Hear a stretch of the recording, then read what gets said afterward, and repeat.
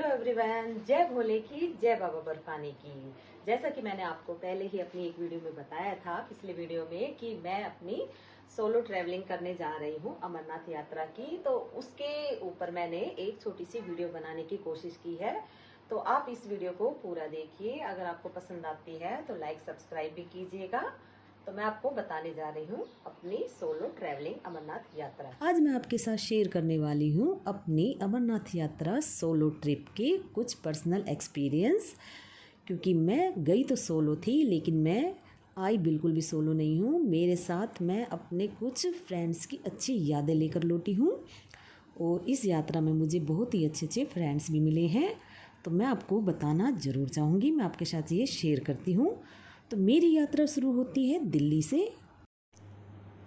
सबसे पहले मैं पहुंची दिल्ली रेलवे स्टेशन पर, जहां से मेरी ट्रेन थी रात 8:30 बजे की। और मैंने राजधानी एक्सप्रेस का 3rd AC क्लास का डब्बा बुक किया था और इसी में मैंने अपना खाना भी बुक किया था। तो खाना भी काफ़ी अच्छा था और मुझे कोई असुविधा नहीं हुई। मैं काफ़ी आराम से इस ट्रेन में सुबह 5 बजे मुझे जम्मू छोड़ दिया था। और ये जो मेरे पीछे लोग खड़े हैं, 16-17 लोगों का ग्रुप मेरे ही डब्बे में था। ये छत्तीसगढ़ के लोग थे, ये भी बहुत ही अच्छे लोग थे। काफ़ी अच्छा एक्सपीरियंस था मेरा इनके साथ। ये लोग पहलगाम से यात्रा करने वाले थे, लेकिन कुछ समय तक हम लोग साथ थे। और जैसे ही हम स्टेशन से बाहर निकलते हैं, तो स्टेशन से बाहर निकलते ही लेफ़्ट साइड में ये एक विश्राम गृह टेंट लगा हुआ है अमरनाथ यात्रियों के लिए। यहीं पर हमारा RFID कार्ड बनता है, जहाँ से मैंने अपना कार्ड ले लिया है। और यहाँ पर 5 से 10 मिनट में रुकी थी। आप देख सकते हैं कि इस हॉल में अभी काफ़ी कम लोग हैं, क्योंकि मैं 1 महीने बाद यात्रा शुरू कर रही हूँ। यात्रा हमारी जून में शुरू हुई थी, लेकिन मेरी जो रजिस्ट्रेशन की डेट थी वो अगस्त की थी। तो इसलिए यहाँ पर अभी काफ़ी कम भीड़ नज़र आ रही है मुझे। इसके बाद हम थोड़ा सा 5-10 मिनट का रेस्ट लेकर बाहर जाते हैं और यहाँ से हम ई-रिक्शा लेकर 30-30 रुपये में सभी लोग भगवती नगर पहुँच जाते हैं। भगवती नगर में 6-7 बजे ही पहुँच गए थे सुबह। तो हम लोगों के पास पूरा दिन था, लेकिन मैं सोलो थी, तो मैंने, और मेरी यात्रा भी बालताल से थी, तो मैंने भगवती नगर जाना ही बेटर समझा, क्योंकि मैं कॉन्वॉय के साथ ही जाना चाहती थी। और ये 16-17 लोगों का जो ग्रुप था, ये लोग पहलगाम से जाने वाले थे। तो वो अपनी यात्रा के लिए टैक्सी से चले गए पटनी टॉप वगैरह घूमने के लिए, और मैं पहुंच गई भगवती नगर अंदर। भगवती नगर अंदर पहुंचने के बाद देखिए, ये कुछ इस तरह से नज़र आ रहा था मुझे। पूरा एरिया काफ़ी खुला और कम लोगों के साथ। यहाँ पर पहलगाम की बस की टिकट मिल रही थी और यहीं पर हम सिम भी ले सकते थे, क्योंकि हमारी अपनी सिम जो है वो जम्मू से आगे काम नहीं करती है। तो हमें यहाँ पर अपनी सिम भी लेनी थी, लेकिन मैं पोस्ट पेड सिम लेकर गई थी, तो इसलिए मैंने सिम नहीं ली। और मैं आ गई अपने बालताल वाले बस के काउंटर पर। यहाँ से मैंने अपनी बालताल की टिकट ली। उसके बाद मैंने सारा एरिया देखा, तो यहाँ पर देखा कि काफ़ी सारे भंडारे हैं जो काफ़ी अच्छे हैं और काफ़ी अच्छा खाना मिलता है। और उसके बाद मैं आई हूँ यहाँ पर भगवती नगर के हॉल में। ये 3 मंजिल का हॉल है, लेकिन मेरा जो था वो ग्राउंड फ्लोर पर ही था। मैंने एक गद्दा परचेज़ किया और रूम के 50 रुपये लगते हैं और गद्दे के 20 रुपये लगते हैं, लेकिन आपसे 100 रुपये जमा करवा लिए जाते हैं, वो आपको वापस रिटर्न दे दिए जाते हैं। तो मैंने गद्दा लिया और मैं यहाँ पर आ गई और मैंने दिन भर यहाँ पर आराम किया। और जब मैं यहाँ का वॉशरूम देखने गई, तो मुझे काफ़ी नीट एंड क्लीन वॉशरूम नज़र आया और यहाँ पर नहाने धोने की भी काफ़ी अच्छी सुविधाएं थी। और शाम के वक्त यहाँ पर ये छोटा सा एरिया है, जहाँ पे काफ़ी अच्छा प्रोग्राम होता है, योगा वगैरह होती है, मतलब प्रोग्राम चलता रहता है। यात्री कभी भी बोर नहीं हो सकता। यहाँ पर यात्रियों को काफ़ी सुविधाएं हैं। उसके बाद ये देखिए आप, रात में ये 3 मंजिल का जो यात्री निवास है, ये कैसे दिख रहा है, काफ़ी अच्छा नज़र आ रहा था। काफ़ी लोग थे यहाँ पर। ये एक गेट नज़र आता है, इस गेट के आगे आप जाएंगे तो काफ़ी भंडारे थे, बड़ी मात्रा में यहाँ पर भंडारे लगे हुए थे, जहाँ पर मैंने रात का खाना खाया। उसके बाद मैं फिर से अपनी यात्री भवन में सोने चली गई और फिर हमें सुबह 3 बजे उठकर बस स्टॉप पर आना था, जो कि इसी गेट से निकलते ही राइट साइड पे थी, भगवती नगर के अंदर ही, यात्री निवास के पास ही बिल्कुल। और ये जो हमारा बस स्टैंड था, ये काफ़ी खुले एरिया में था। और यहाँ पर हमें अपनी बस ढूंढनी थी, क्योंकि बस जो है वो लाइन वाइज नहीं लगती हैं, बस इधर उधर लगी होती है। तो हमें काफ़ी टाइम लग गया अपनी बस को ढूंढने में। और उसके बाद फाइनली मुझे मेरी बस मिल गई और मैं अपनी बस में बैठ गई। और जैसे जैसे सुबह होती गई ऐसे ऐसे नज़ारा काफ़ी खूबसूरत होता चला गया और हम अपनी यात्रा में आगे बढ़ते चले गए कॉन्वॉय के साथ में। काफ़ी अच्छा एक्सपीरियंस होता है, आपको बिल्कुल वीवीआईपी वाली फीलिंग आती है, क्योंकि कॉन्वॉय के साथ जब हम चलते हैं तो दूसरी तरफ की जितनी भी छोटी बड़ी गाड़ियाँ, प्राइवेट, सरकारी जितनी भी गाड़ियाँ होती हैं, उन सभी गाड़ियों को रोक दिया जाता है। और थोड़ी दूर जाने पर 7 बजे के करीब, लगभग 6:30 या 7 बजे के करीब, हमें चाय नाश्ते के लिए एक बार बस रोकी जाती है, जहाँ पर सभी यात्री वॉशरूम वगैरह जाते हैं और चाय नाश्ता करते हैं। उसके बाद चाय नाश्ता करने के बाद सभी यात्री अपनी अपनी बस में बैठकर निकल पड़ते हैं अपनी आगे की यात्रा की ओर। और सुंदर नज़ारों के साथ देखते हुए हम आगे बढ़ रहे थे। काफ़ी अच्छा महसूस हो रहा था, सुबह का टाइम था, ताज़ी हवा थी, काफ़ी अच्छी फीलिंग आ रही थी हम लोगों को। और बीच बीच में टनल्स भी पड़ी हैं जो काफ़ी बड़ी थी, और 4-5 टनल्स तो ज़रूर पड़ती हैं इस रास्ते पर। और उनसे निकलते हुए लगभग 12, साढ़े 12 बजे के करीब हम बनिहाल पहुंचते हैं। यहाँ पर हमें दोपहर का खाना खाने के लिए बस रोकी जाती है और नज़ारे काफ़ी खूबसूरत नज़र आ रहे थे। बस से उतरने के बाद हमने देखा मौसम भी काफ़ी अच्छा था, साफ़ था, क्योंकि बारिश का मौसम था। और उस एरिया में, बिल्कुल खुले एरिया में, आप देख सकते हैं कितनी ज़्यादा मात्रा में भंडारे हैं, जहाँ पर कि बिल्कुल फ्री खाना मिलता है। और वॉशरूम वगैरह भी यहीं पर है, जिसको जाना होता है वो जा सकते हैं। और खाने की वैरायटी तो एक से एक थी यहाँ पर। मुझे काफ़ी अच्छा लगा पर्सनली, मेरा एक्सपीरियंस तो काफ़ी अच्छा रहा कि जितने भी आप यात्रा करते हैं ना, भगवती नगर से लेकर गुफा तक, वहाँ पर आपको खाने पीने में कोई भी दिक्कत नहीं आती है, 1 पैसा नहीं लगता है आपका। और काफ़ी अच्छा लगा मुझे। और यहाँ पर ये सैनिकों के रुकने के लिए कुछ टेंट भी थे। खाना खाने के बाद हम अपनी बस में दोबारा से बैठ जाते हैं और फिर से निकल पड़ते हैं हम अपनी आगे की यात्रा की ओर। और सुंदर नज़ारों का लुत्फ़ उठाते हुए हम चलते रहते हैं। और मैं बालताल वाली बस में थी, लेकिन मुझे हेलीकॉप्टर से यात्रा करनी थी। तो हेलीकॉप्टर से यात्रा करने के लिए मुझे नीलग्रंथ उतरना था, जो कि बालताल से 2 से 3 किलोमीटर पहले ही पड़ जाता है और सोनमर्ग से पास में पड़ता है। और हम जा रहे थे श्रीनगर से होते हुए बिल्कुल मिडल में से। तो वहाँ के मैंने जब घर देखे तो मुझे काफ़ी अच्छे नज़र आए। इतने सुंदर घर बने हुए हैं ना, इतनी सुंदर सुंदर नदियाँ हैं, इतना खूबसूरत एरिया है ना वो, कि आपका मन ही नहीं भरेगा इसको देखने से। और बस मेरा जो स्टैंड था वो आने वाला था करीब 2:30 से 3 बजे के करीब। उसके बाद हमारी बस रुकती है। नीलगंज से ठीक पहले ही सोनमर्ग पड़ता है, वो भी काफ़ी सुंदर जगह लगी मुझे। हमने बस में ही देखा था, लेकिन मुझे काफ़ी अच्छी जगह नज़र आई। आप कभी स्पेशल भी आ सकते हैं वहाँ पर घूमने के लिए। और बस आगे बढ़ते बढ़ते मेरा तो स्टॉप आ चुका था। तो मैं और एक अंकल आंटी और थे हमारी बस में, उन्हें भी हेलीकॉप्टर से जाना था। तो हम तीनों लोग नीलगंज पर उतर जाते हैं। और वहाँ पर उतरते ही बिल्कुल ये कुछ इस तरह का एरिया आपको नज़र आता है, काफ़ी खुला खुला। नीलगंज काफ़ी छोटा एरिया है। वहाँ पर सिर्फ ये एक ही भंडारा चल रहा था और तिरंगे वाला ये भंडारा था, तिरंगे से सजाया गया था, तो काफ़ी अच्छा लग रहा था। इसी के पास में टैक्सी बस स्टैंड था। और भंडारे के अंदर भी आप देखिए, अंदर भी काफ़ी जगह थी, सीटिंग एरिया था बैठने के लिए। और जो वहाँ पर हमारे आर्मी के सैनिक थे वो लोग भी वहीं पर भंडारा खा रहे थे। और हम लोगों के लिए भी काफ़ी सुविधाएं थी, काफ़ी अच्छा खाना था, बहुत अच्छे से बातें करते हैं ये लोग, काफ़ी अच्छा था मतलब। ठीक भंडारे के साथ जैसे ही मैं निकलती हूँ तो ये छोटी सी रोड अंदर हेलीपैड की तरफ जाती है, जहाँ पर काफ़ी सारे वॉशरूम्स हैं और 8-10 दुकानें हैं। और दुकानों के पीछे ही टेंट की सुविधा है, जिनको टेंट लेने हैं। और आप चाहें तो ये जो दुकानें हैं इनमें भी रहने की सुविधाएं हैं। तो हम जैसे जैसे आगे गए तो हमें एक दुकान वाले ने बोला कि यहाँ पर आप ठहर सकते हो। तो वहाँ पर हमने उससे पूछा तो 300 रुपये बोल रहा था, लेकिन अभी भीड़ कम थी तो उसने 250 रुपये में ही मान लिया। और हम तीनों लोग एक ही दुकान में जाकर रुक गए और हमें कुछ इस तरह का ये एक सेपरेट सा रूम दे दिया गया, जिसमें हम 3 लोग थे। अंकल आंटी मुंबई के थे और रजाई, गद्दे और कंबल वगैरह हमें सब कुछ प्रोवाइड किया गया। और टेम्परेरी ये रुकने की जगह होती है, तो बेड टाइप का बनाया होता है इन्होंने। हमने ये सेपरेट रूम लिया इसमें, दुकान के जो ठीक पीछे था। और थोड़ा सा कुछ ये एरिया भी था जहाँ पर 8-10 लोग भी ठहर सकते थे, और एक और सेपरेट एरिया था जहाँ पर किसी 3-4 लोगों को रुकना तो वो रुक सकते थे।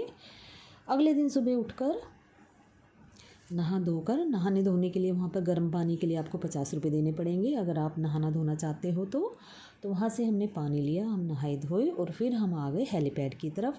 हेलीपैड की तरफ जब हम आए तो हमने देखा यहाँ पर काफ़ी भीड़ थी, और भीड़ इसलिए थी क्योंकि एक दिन पहले का जो मौसम था वो काफ़ी ख़राब था, काफ़ी बारिश हुई थी। तो जो लोग हेलीकॉप्टर से एक दिन पहले जाने वाले थे वो लोग भी इसी वेटिंग एरिया में बैठे थे। काफ़ी लंबी लाइन थी। मेरा जो टाइम था हेलीकॉप्टर का वो 9 से 12 था, लेकिन ये एक दिन पहले का 6 से 9 का टाइम चल रहा था, तो हमारा नंबर अभी नहीं आना था। हमें काफ़ी घंटे वेट करना पड़ा, और काफ़ी घंटे वेट करने के बाद जब मेरा नंबर आया तो फिर मैं सेकंड वेटिंग एरिया में गई। सेकंड वेटिंग एरिया था जहाँ पर हमारा जाना कंफर्म हुआ, और उसके बाद हमारे को ये फाइनली थर्ड वेटिंग रूम में बिठाया गया, जहाँ पर हमारा लगेज वगैरह चेक हो जाता है और हमें यहाँ बिठा दिया जाता है। जब हमारी बारी आती है तो हमें जाना होता है, हमें यहाँ बोर्डिंग पास मिल जाता है हमारा, और उसके बाद हमारे बैग पर भी ये टैग लगा दिया जाता है, क्योंकि 2 कंपनियाँ चल रही हैं यहाँ पर। तो जिस कंपनी का भी आपका फ़्लाइट होती है वो आपको टैग लगा कर दे दी जाती है। और इस वेटिंग एरिया में मुझे 2-3 लोग और मिले, और उसके बाद जब हमारा नंबर आया तो हम निकल पड़े हेलीपैड की तरफ, जो कि काफ़ी दूर था वेटिंग एरिया से। हमें चल कर जाना पड़ा वहाँ तक, और काफ़ी अच्छा लग रहा था। वहाँ पर 2 हेलीकॉप्टर हमारी कंपनी के उड़ रहे थे, और बहुत ही जल्दी हमें बिठाया जा रहा था वहाँ।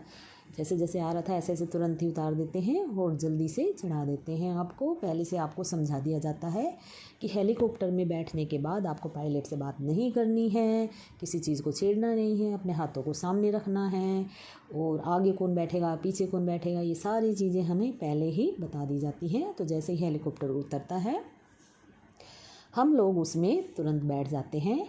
और हेलीकॉप्टर से वीडियो बनाना अलाउड नहीं था, लेकिन पायलट सर भी काफ़ी अच्छे थे, तो उन्होंने हमें खुद से ही छोटी सी वीडियो रिकॉर्ड करने की इजाज़त दी, तो हमने बना ली वीडियो। तो पायलट सर का भी थैंक यू। और जैसे ही हम पंचतरनी पहुंचते हैं, और पंचतरनी पहुंचने के बाद उतरने के बाद ठीक सामने ये भंडारा था। काफ़ी सारे भंडारे थे, लेकिन हम इस भंडारे के अंदर आए, और वहीं पर ही एक छोटी सी पूजा चल रही थी, क्योंकि मैं महाशिवरात्रि के दिन गई थी। तो वहाँ पर 2 लोग जो कानपुर से आए हुए थे वो अपने पंडितों को लेकर आए हुए थे, तो वो वहाँ पर रुद्राभिषेक करवा रहे थे, और उन्होंने मुझसे आग्रह किया कि मैं उनकी वीडियो शूट करूं छोटी सी पूजा करते हुए, और मैं भी उस पूजा में शामिल हूं। तो हम भी उस पूजा में शामिल हुए, और हमने वहाँ पर आरती भी की। और उसके बाद हम जो हैं थोड़ा सा आराम कर बाहर घूमने के लिए आ गए। तब तक हमने टेंट नहीं लिया था। हमने सोचा कि हम एरिया देख लेते हैं, हमें किस जगह पर टेंट लेना है, किस जगह पर वॉशरूम है, कहाँ खाने का है। तो ये देखने के लिए हम रात में बाहर आ गए, और बाहर चलते चलते कुछ नज़ारा इस टाइप का नज़र आया हमें, अंधेरा सा, लेकिन डरने की कोई बात नहीं थी। ये वॉशरूम बने हुए थे काफ़ी मात्रा में, और पंचतरनी जो वो इस तरह का नज़र आ रहा था हमें रात में, और जगह जगह जो है हमारे आर्मी के ऑफिसर्स खड़े थे। तो एक सेकंड के लिए भी आपको, अगर आप अकेली लेडी भी जाती हैं तो आपको डरने की बिल्कुल ज़रूरत नहीं है। थोड़ा सा घूमने के बाद हम अंदर आते हैं अपने टेंट में। ये जो भंडारा चल रहा था, हमें इसी भंडारे में एक सरदार अंकल जी मिले थे जो काफ़ी अच्छे थे। उन्होंने हमें खुद से ही बोला कि आप इस भंडारे में रुक सकते हो फ्री में। तो हमें काफ़ी अच्छा लगा, और हम रुके। और इस भंडारे में उस टाइम पे खाना चल रहा था अभी रात के टाइम पे, और जो हमारे आर्मी के सैनिक हैं वो भी खा रहे थे, और जो जैकेट वाले भैया ये भी काफ़ी अच्छे थे। और एक सरदार अंकल, इन्होंने हमें रुकने के लिए टेंट दिया अंदर ही, जो इनकी व्यवस्था थी। तो ये जो भंडारे में से हम निकल कर जा रहे हैं, आगे जो काफ़ी लोगों के लिए भंडारा बनाया जाता है, ये वो जगह थी। यहाँ पर काफ़ी लोगों का खाना बन रहा था। यहाँ पर ही रहने की सुविधा थी, आगे सेवादारों की सुविधा थी और यहाँ पर हम जैसे यात्रियों को रोकने के लिए मतलब व्यवस्था की गई थी। तो काफ़ी अच्छे साफ़ सफाई वाले गद्दे थे, कंबल थे और काफ़ी अच्छा इंतज़ाम लगा मुझे यहाँ पर, काफ़ी साफ़ सुथरा और बहुत ही मतलब बिल्कुल भी ठंड नहीं लगी हमें यहाँ और सर्द। तो काफ़ी अच्छा लगा। इनका भंडारा जो है वो लगभग 28-29 सालों से चल रहा है। मुझे पर्सनली मेरा एक्सपीरियंस तो बहुत अच्छा रहा इस यात्रा में। और उसके बाद जब हम सुबह उठते हैं तो हम यात्रा के लिए निकलने वाले थे। तो हम 4:30 बजे निकलते हैं तो हम देखते हैं कि लाइन लगी हुई है यात्रा के लिए, जो आगे बढ़ना चाह रहे थे। तो पंचतरणी में जो है सुबह 5 बजे से पहले यात्रियों को नहीं छोड़ा जाता है और दोपहर में 2 बजे के बाद आगे नहीं जाने दिया जाता है, क्योंकि गुफा के पास रुकना मना है। इसीलिए यहाँ पर लाइन लगी हुई थी। तो और लगभग 5 बजने वाले थे तो हम अपने टेंट से बाहर निकलते हैं और बाहर का नज़ारा कुछ ऐसा नज़र आ रहा था। उसके बाद मैं धीरे धीरे आगे बढ़ती हूँ अपने अंकल आंटी के साथ। और ये CRPF के जो जवान होते हैं काफ़ी हेल्पफुल होते हैं। और अंकल आंटी जो थे वो और हम आगे बढ़ते जा रहे थे। तो अब इस गेट के पास भी काफ़ी भीड़ कम हो चुकी थी, तो हम लोग आगे जा रहे थे। और दोपहर रात में तो हमें कुछ नज़र नहीं आ रहा था, लेकिन सुबह के टाइम जब थोड़ा थोड़ा उजाला होना शुरू हुआ तो हमने देखा कि काफ़ी टेंट हैं यहाँ पर रुकने के लिए, काफ़ी मात्रा है टेंटों की, तो आपको कोई भी असुविधा नहीं होगी। और ये थोड़ा सा समतल सा एरिया था यहाँ पर, काफ़ी अच्छा साफ़ सुथरा। तो हम आगे बढ़ते जाते हैं। जो पैदल यात्री थे वो पैदल जाते हैं। और सुबह के टाइम में ये नदियाँ काफ़ी अच्छी नज़र आ रही थी और काफ़ी सुंदर नज़ारा था। तो जो लोग पैदल जाते हैं तो वो तो पैदल बढ़ रहे थे आगे, एक डंडा हाथ में लेकर, क्योंकि वो बहुत ज़रूरी है। आगे जो है दुर्गम रास्ता है और काफ़ी दिक्कत होती है, तो इसलिए डंडे का सहारा बहुत ज़रूरी है इस यात्रा में पैदल यात्रियों के लिए। तो आगे एक खच्चर पॉइंट था, वहाँ पर जाकर हमने खच्चर लिए अपने अपने। तो हम तीनों एक साथ खच्चर पर आगे बढ़ने लगे। और साथ में ये जो नदी दिख रही है, पंचतरणी में 5 नदियों का मेल है, ये भी काफ़ी अच्छी नज़र आ रही थी। काफ़ी अच्छा नज़ारा था यहाँ पर भी। और आगे जो है ग्लेशियर पड़ते हैं, तो कुछ लोग जो पैदल यात्रा कर रहे थे वो ग्लेशियर के पास रुककर फ़ोटो खिंचवा रहे थे, ग्लेशियर को छू कर देख रहे थे। लेकिन हम लोग जो है खच्चर पर थे तो हमने दूर से ही ग्लेशियर देखा, काफ़ी अच्छा लगा हमें भी। और यहाँ से जब हम गुज़रते हैं तो काफ़ी ठंडी ठंडी हवा आती है, जैसे भाप आती है गर्म, ऐसे ही ठंडी भाप आती है। काफ़ी अच्छा नज़ारा था। और ये ग्लेशियर जो है ये कुछ कुछ पॉइंट पर आपको मिल जाएंगे। अब काफ़ी कम है ग्लेशियर भी, ज़्यादा बर्फ़ नहीं है अभी।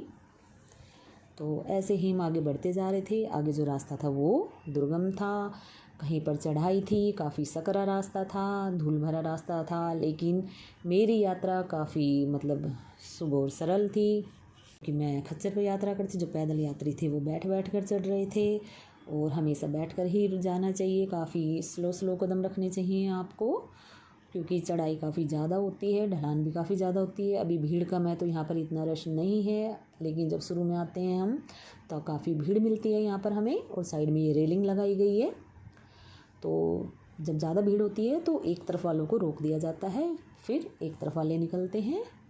और जो पैदल यात्री होते हैं उनको पहाड़ की साइड चलने के लिए बोला जाता है, और रेलिंग की साइड में हमेशा घोड़े वाले चलते हैं।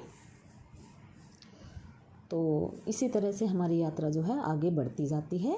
आगे जो है कुछ दुकानें हैं बीच बीच में, जहाँ पर यात्री आराम कर सकते हैं, थोड़ा सा बैठ सकते हैं। किसी को कुछ पीना है या थोड़ा बहुत कुछ खाना है तो वो खा सकता है, जैसे कोल्ड ड्रिंक फ्रूटी वगैरह जो है वो मिलती है यहाँ पर, मैगी बिस्किट वगैरह। तो आप रेस्ट लेके और यहाँ पर कुछ खा पी सकते हैं। हम घोड़े पर थे तो हम रुके नहीं, हम लगातार चलते जा रहे थे। और ऐसे ही छोटे छोटे सकरे रास्ते पर हम चलते जा रहे थे, नज़ारों को देखते हुए, काफ़ी इंजॉय करते हुए। काफ़ी अच्छा नज़ारा था, बहुत ही खूबसूरत वादियाँ थी। और ये देखिए आप चढ़ाई देख सकते हैं यहाँ पर। तो चढ़ाई जो है काफ़ी खड़ी चढ़ाई होती है यहाँ पर। और बीच में हमें ये मेडिकल कैंप भी नज़र आया। अगर किसी को सांस लेने में कम मतलब दिक्कत होती है तो, या कुछ और प्रॉब्लम होती है तो मेडिकल कैंप में जाकर दवाई ले सकता है फ्री में। और ये भी काफ़ी अच्छी सुविधा थी यहाँ पर। और ऐसे ही हम आगे बढ़ते जाते हैं। मौसम काफ़ी सुहावना था क्योंकि सुबह 7 बजे का टाइम था ये।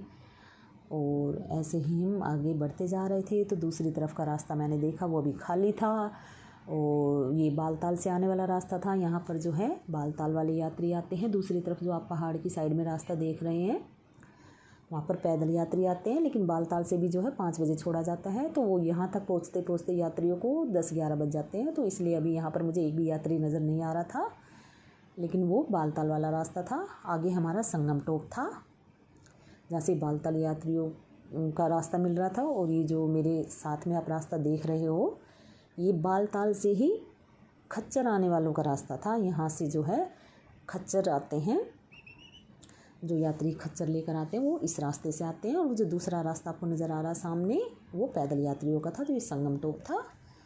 तो संगम टोप से हम फिर आगे बढ़ते हैं और हम चलते रहते हैं। आगे भी यात्रा काफ़ी आसान नहीं है, पर थोड़ी बहुत ठीक है। बीच में ज़्यादा मुश्किल रास्ते हैं संगम टोप से पहले जो पड़ते हैं। अभी ये रास्ता ठीक था और धीरे धीरे हम आगे बढ़ते जा रहे थे। और बीच बीच में जो ये हमारे आर्मी के सैनिक हैं, CRPF के, ये भी खड़े रहते हैं। तो आपको कोई भी दिक्कत नहीं होती है किसी भी तरह की। और आप देख सकते हैं जैसे जैसे हम गुफा के पास पहुंच रहे हैं, ऐसे ऐसे ग्लेशियर्स काफ़ी मात्रा में हमें नज़र आ रहे हैं और काफ़ी खूबसूरत दिखते हैं ये ग्लेशियर्स भी। दूर तक आप देख सकते हैं कितने ज़्यादा मात्रा में ग्लेशियर्स हैं यहाँ पर।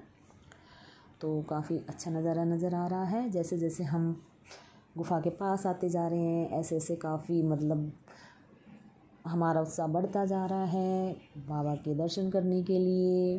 काफ़ी एक्साइटेड हैं हम भी और हम आगे बढ़ते रहते हैं अपनी यात्रा में।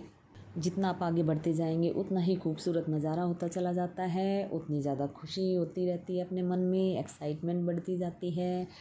ग्लेशियर काफ़ी खूबसूरत नज़र आ रहे थे।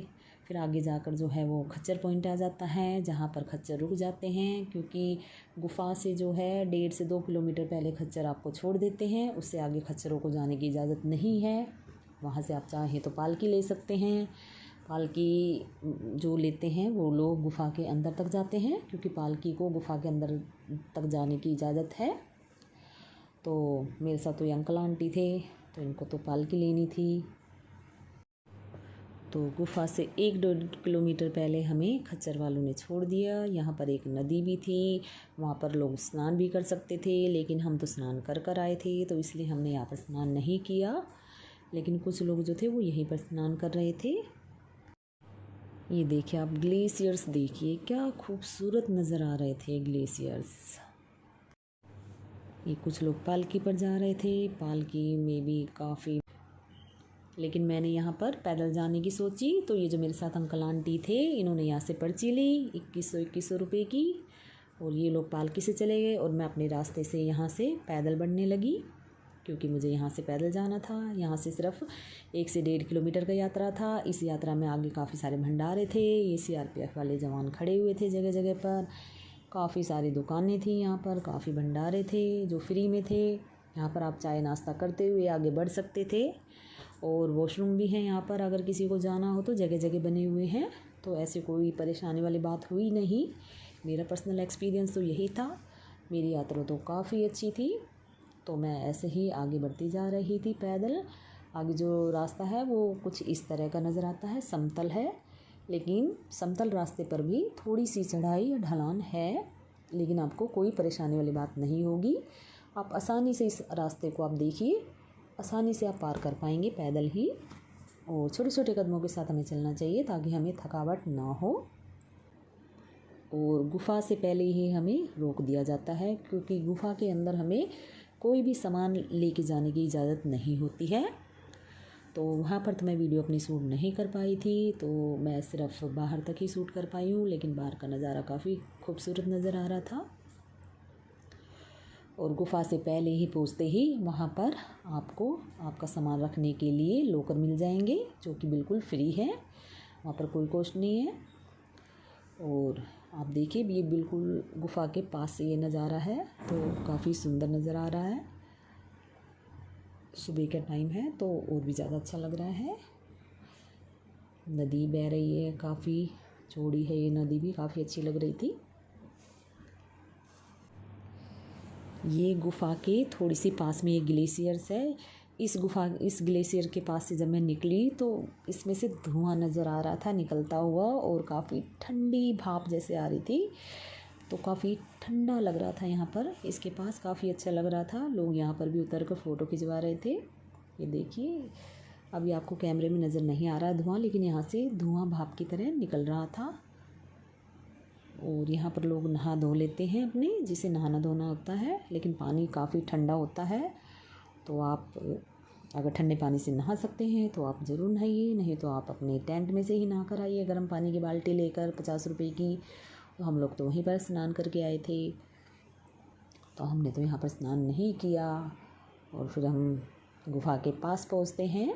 तो गुफ़ा से लगभग 360 सीढ़ियाँ हैं करीब ऊपर चढ़ने के लिए।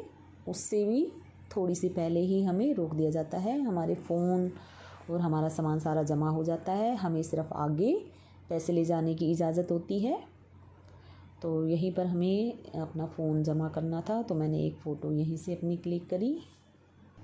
तो यहीं से मैं अकेली थी तो मैंने अपनी फ़ोटो खुद ही क्लिक करी, लेकिन 2-4 लड़के और वहाँ पे ले रहे थे। तो मैंने एक बार उनको बोला कि एक मेरी भी फ़ोटो ले दे, तो उन्होंने मेरी भी एक फ़ोटो ले दी।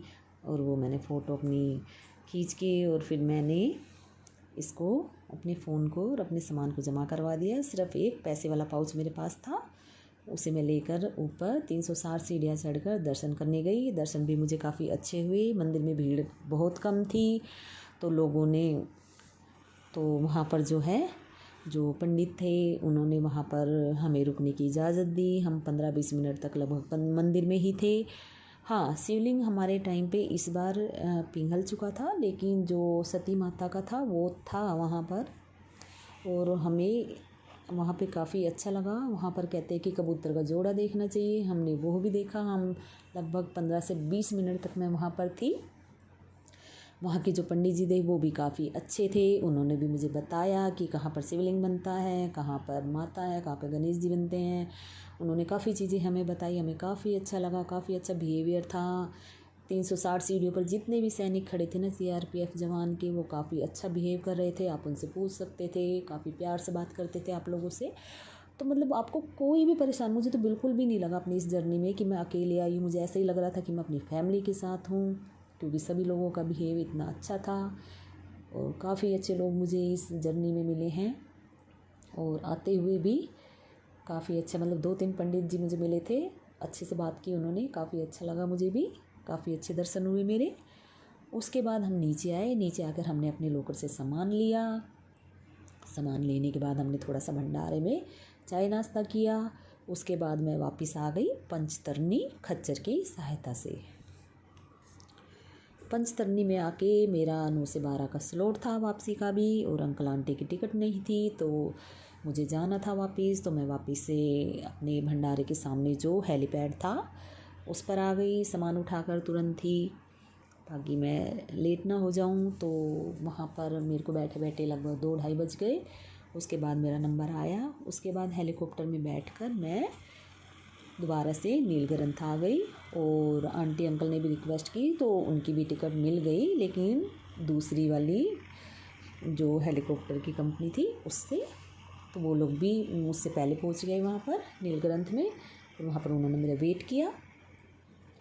तो हेलीकॉप्टर से मैं नीलगंज पहुँच जाती हूँ। वहाँ पर उतरते हैं हम, अंकल आंटी को मिलती हूँ मैं। और फिर वहाँ पर मैंने सोचा कि यहाँ से प्राइवेट गाड़ियाँ करके कोई फ़ायदा नहीं है, प्राइवेट गाड़ियों को जो है आगे रोक दिया जाता है। तो वापसी के लिए भी मुझे बालताल वापस से जाना था। तो फिर वहाँ से मैंने 100 रुपये की कैब करके बालताल पहुँचे हम लोग, और बालताल से बालताल हमें टैक्सी वाले ने छोड़ दिया। वहाँ से फिर हम थोड़ा सा पैदल चल के गए। ये जो साइड में आप देख रहे हैं बस स्टैंड है, यहाँ से बस बनकर चलती हैं सुबह के टाइम में।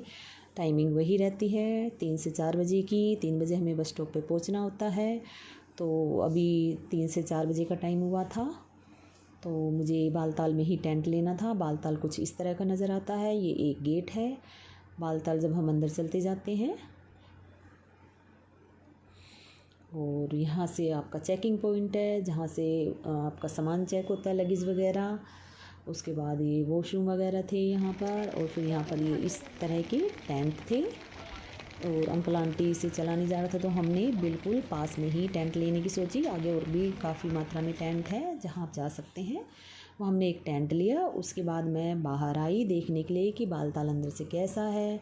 तो मैंने ऐसे ही अंदर जाकर देखा तो काफ़ी मात्रा में टेंट थे बालताल में, बहुत ही मात्रा में। फोल्डिंग पलंग वाले बेड वाला आपको चाहिए या फिर आपको नीचे वाला चाहिए, वो आपकी मर्ज़ी है। और ये देखिए काफ़ी अच्छी मार्केट लगती है बालताल में, मतलब आपको बिल्कुल नहीं लगेगा कि आप कहीं बाहर हैं, आपको ऐसे ही लगेगा कि आप अपने ही शहर में हैं। और इतनी मार्केट, इतनी दुकानें हैं, बहुत सारे लोग शॉपिंग कर रहे थे यहाँ पर। गर्म कपड़े, सूट, जैकेट, छाता, मतलब काफ़ी चीज़ें मिल रही थी। और ये बहुत भीड़ थी, बहुत दुकानें थी यहाँ पर। जिनको शॉपिंग करनी थी उन लोगों ने शॉपिंग की है, मुझे नहीं करनी थी। लेकिन मुझे रास्ते में जो है मेरी फ्रेंड्स मिली, जो बहुत अच्छी फ्रेंड्स बनी मेरी, वो भी मेरे साथ थे। और इसी मार्केट के आसपास ये देखिए भंडारे भी हैं, आप मार्केट से सामान भी ले सकते हैं, भंडारे में खाना भी खा सकते हैं। और हम यहाँ पर इसी रोड पर ही 4 से 5 भंडारे थे। और मेरे साथ जो लोग थे, जो मेरी जो 2 फ्रेंड बनी थी, वो मेरे साथ चल रही थी। तो हमने यहाँ पर कपड़े देखे, उन्हें कुछ कपड़े चाहिए थे, मुझे तो नहीं चाहिए थे, मैं तो अपने पूरे कपड़े लेकर आई थी। तो वो लोग अपने लिए कपड़े देख रही थी और सामने ही भंडारे थे। तो मेरी जो फ्रेंड थी ये कपड़े देख रही थी, लेकिन मैंने कहा हाँ हाँ दुकान वाले भैया आप दिखाइए हमें ये किस काम आता है। हम ऐसे ही मजाक मस्ती करते हुए अपना टाइम पास कर रहे थे और हमारा दिन ऐसे ही पास हो गया। और अगले दिन हम कॉनवे के थ्रू ही जाने लगे थे, लेकिन आगे रास्ते में कुछ प्रॉब्लम हुई थी। तो हमारा कॉनवे जो है वो 1-1.5 किलोमीटर ही चल पाया था बालताल से, और फिर वापस रिटर्न हो गया था 3-4 घंटे का वेट करके। लेकिन जब हमने 3-4 घंटे का वेट किया तो CRPF के जो जवान थे वो काफ़ी अच्छे थे। उन्होंने सभी लोगों के चाय नाश्ते का इंतज़ाम किया और 2 से 3 बार चाय बना के लाए अपने मैस से, अपने कैंप से जाकर। और सभी यात्रियों को, जितने भी यात्री थे उस टाइम पर, उन सभी को चाय दी। और एक मोहन थाल वाली मिठाई थी, वो दी सबको 1-1 पीस। और मतलब 2 से 3 बार वो चाय लेकर आए जब हम मीटिंग में थे, क्योंकि पहले लोगों को नहीं बताया जाता है कि आपको किस लिए रोका गया है। और लोगों के चाय नाश्ते का टाइम था, तो आर्मी वालों ने भी काफ़ी हेल्प की है सभी लोगों की, काफ़ी अच्छा अरेंजमेंट था, तो कोई भी दिक्कत नहीं हुई है मुझे तो। उसके बाद फिर हमारे बस को वापस लौटा दिया गया, क्योंकि उस दिन की हमारी जो कॉनवे थी वो कैंसिल हो गई थी।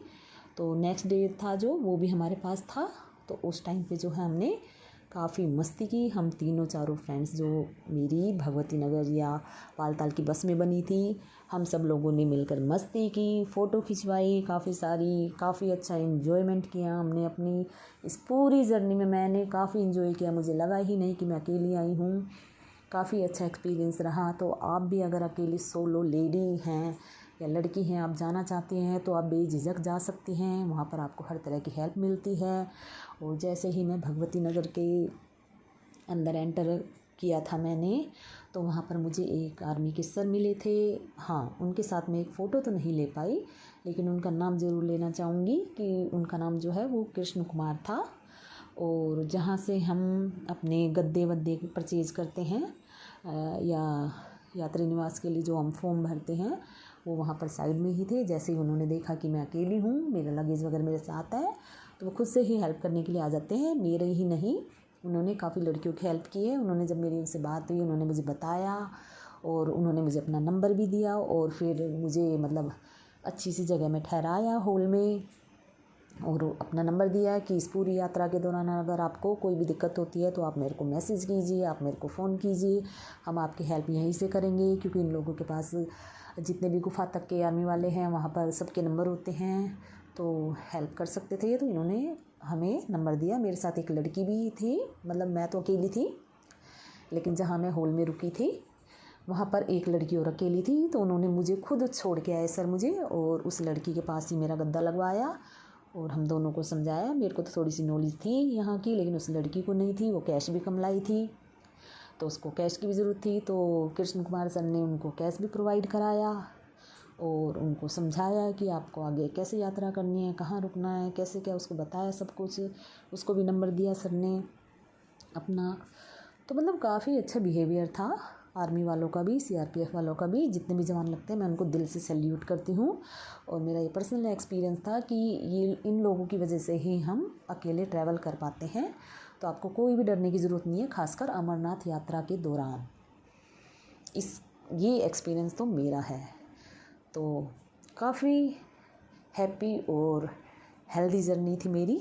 और उम्मीद करती हूँ जितने भी लोग आगे भी जाएंगे उनकी भी जो अमरनाथ यात्रा है वो काफ़ी हैप्पी और हेल्दी हो।